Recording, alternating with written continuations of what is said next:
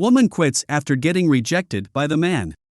Today let's talk about this post I came across online about this attractive 42-year-old woman who is now realizing that her opportunities and chances to have a family settle down and to live a peaceful life along with a partner are at the lowest. And there are countless examples of such women you come across who are past the age of 40 and now they're baffled why good-looking men won't settle down with them. This is also the time when their biological clock is almost at an end, and that makes them feel a whirlwind of emotions and increases their sense of urgency to conceive and have babies. A typical story that you'd come across would be about some professional woman in her early 40s or late 30s, wanting more than or as much as her male counterparts after consistently working 50 to 60 hours per week since the last 10 years without doing anything else. These are the women who want equality and get it through their hard work. But during this time, they fail to realize that nature has its own plans and will always do. You see, what these women fail to realize is that the universal laws of nature cannot be avoided. Men have specific characteristics, both physical and mental, for particular reasons. They're providers, protectors, and leaders.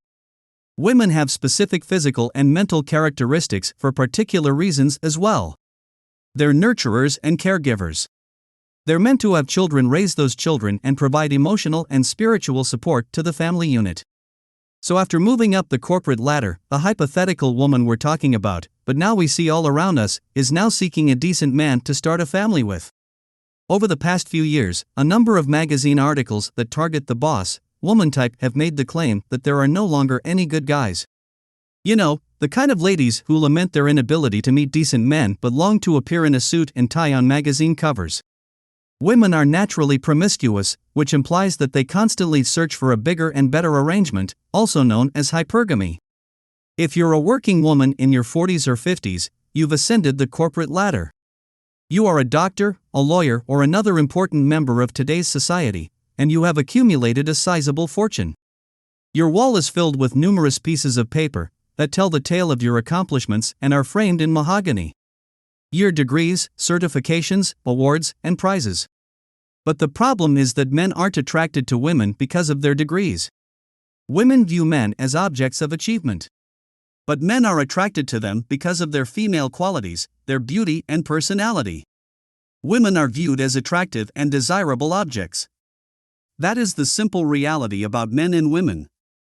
As you move up the social ladder as a woman earning all this money, holding corporate jobs and doing other things of that nature, you've probably already purchased and were paid off your home. You can tell you're good if you drive a gorgeous car that most women could only imagine owning. Your field of potential dates is less because you only date up and across. You exclusively date guys who make at least the amount of money you make in a year or more. Men are inherently attracted to younger women. Why? Because they are youthful, they are more attractive, they still have a very long life ahead of them, their fertility is higher. Evolutionary psychology can explain why guys do it from an evolutionary biological point of view. There is nearly always a chapter or section of the book devoted to attraction levels, and from surveys from all over the world, from all cultures, and from every region of the world, where men are shown images of attractive women from the ages of 18 right up to 70. And guess what? Men mostly find women in their early 20s as the most attractive. Men have always regarded women as objects of beauty. Thus, no amount of societal pressure, magazine articles, or other efforts to change this relationship have ever been successful. For example, the common rhetoric that men should only date women their own age and fat acceptance rules are becoming more common. That's okay, but what does men's behavior suggest to you exactly?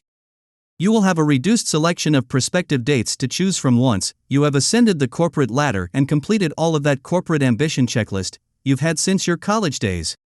What's left for men to choose from in the dating pool is often made up of younger, sexier women rather than women their own age.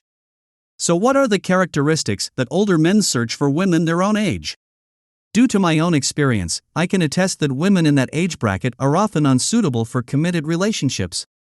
I'll tell you why. They have generally seen everything, they have had a number of partners over the years.